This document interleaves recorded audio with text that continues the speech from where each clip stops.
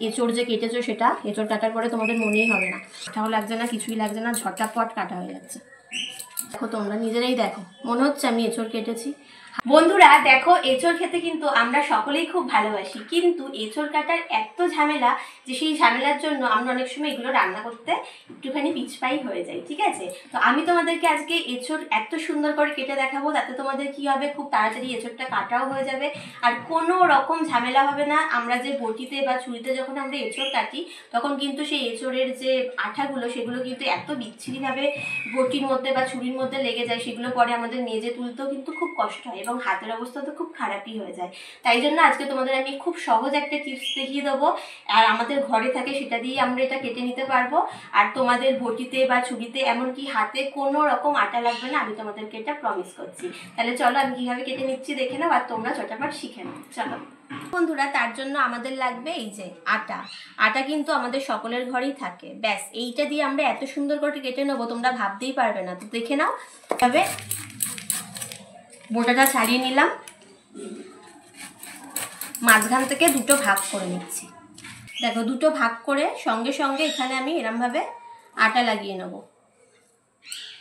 ভাগ করার সাথে সাথে কিন্তু লাগিয়ে দেবে, যাতে আটাটা মানে বেরিয়ে ছড়িয়ে পড়তে না পারে। দেখো আটাটা বেরোনো শুরু হয়েছে, তার মধ্যেই আমি এরকমভাবে আটা লাগিয়ে নিচ্ছি।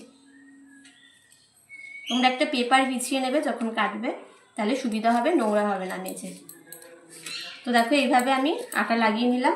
ছুরি দিয়ে কাটবে তারা ওই একই প্রসেসে কেটে নেবে। তো আমি যতবার একটা ভাগ করব ততবার এইভাবে লাগিয়ে নেব। দেখো আবার এই দিক দিয়ে লাগিয়ে নিলাম। তো এই দেখো এইভাবে খোসাটা ভালো করে ছাড়িয়ে নিয়েছি এবং একই রকমভাবে একটু আটা ওপরে আবার লাগিয়ে নিচ্ছি। অল্প মাঝখানের যে অংশটা থাকে এটা ফেলে দেবো। এতক্ষণে দেখো আটা যেটা এখান থেকে বেরোয় আঠাগুলো, সেগুলো কিন্তু আর বেরোচ্ছে না। করে আটা হাতের মধ্যে যদি লাগে তাহলে লাগিয়ে নেবে। যেমন করে আমরা মাছ কাটার সময় ছাই দিয়ে মাছ কাটি, ঠিক সেরকমভাবে আটাটা আমরা এখানে ব্যবহার করব। তাহলে দেখবে বটিতে কোনো জায়গাতে কিন্তু আঠা লাগবে না, হাতেও লাগবে না, কিচ্ছু হবে না। আমাদের এঁচড় কাটার পরে কিন্তু হাতে একদম আটা টাটা লেগে নাজেহাল অবস্থা হয়। সর্ষের তেল দিয়ে এঁচড় কাটতে দেখেছি আমি ছোটোবেলায়, কিন্তু সে তার থেকে এই প্রক্রিয়াটা, এই পদ্ধতিটা কিন্তু খুব সহজ মনে হয়েছে আমার, আর আমি এইভাবেই কাটি। তো সেই কারণে তোমাদের সাথেও শেয়ার করলাম। তো এই দেখো মাঝখানটা ফেলে দিলাম একদম, আবার এখানে একটুখানি আটা লাগিয়ে দিচ্ছি, সামান্য একটু। দেখো কি তাড়াতাড়ি কাটা হয়ে যাচ্ছে, নিমেষের মধ্যে কাটা হয়ে যাবে।